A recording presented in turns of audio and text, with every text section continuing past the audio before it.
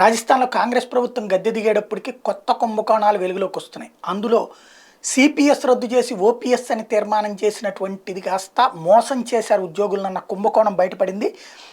OPS ప్రకటించిన తర్వాత కూడా ఉద్యోగుల నుండి పాత పెన్షన్ స్కీమ్ ఎన్పిఎస్కి జనవరి 2022 నుంచి మార్చి 2022 వరకు కూడా పెన్షన్ కోసం వాళ్ళు చెల్లించవలసిన వాటా సొమ్ము ఉద్యోగుల జీతాలు కట్ చేశారట. న్యాయంగా ఈ మొత్తాన్ని కేంద్ర ప్రభుత్వ ఎన్ఎస్డిఎల్ ఫండ్లో లేదా రాజస్థాన్లోని ఉద్యోగుల కోసం తెరిచిన జీపీఎఫ్ ఖాతాలో జమ చేయాలి. కానీ అట్లా కాకుండా సుమారు 641 కోట్ల మొత్తాన్ని రాష్ట్ర జనరల్ ఫండ్ ఖాతాకి ట్రాన్స్ఫర్ చేసి ఉచితాల కింద పనిచేశారట.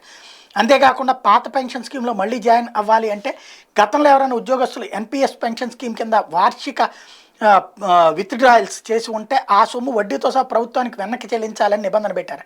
ఇలా ఉద్యోగులు చెల్లించిన మొత్తం 382.41 కోట్లు ఈ సొమ్ము కూడా న్యాయంగా కేంద్ర ప్రభుత్వ పెన్షన్ నిధి చూస్తున్న ఎన్ఎస్డిఎల్కి కానీ రాజస్థాన్ జీపీఎఫ్ ఖాతాలో కానీ జమ చేయాలి. అయితే ఈ సొమ్ము కూడా రాష్ట్ర బడ్జెట్ సాధారణ ఖాతాలో వేసి కట్ చేశారు. రాబోయే ప్రభుత్వం ఈ 1000 కోట్లు సర్దుబాటు చేయాలి. సంబంధిత అధికారుల మీద ఇప్పుడు చర్యలు తీసుకోవడానికి రంగం సిద్ధమవుతోంది.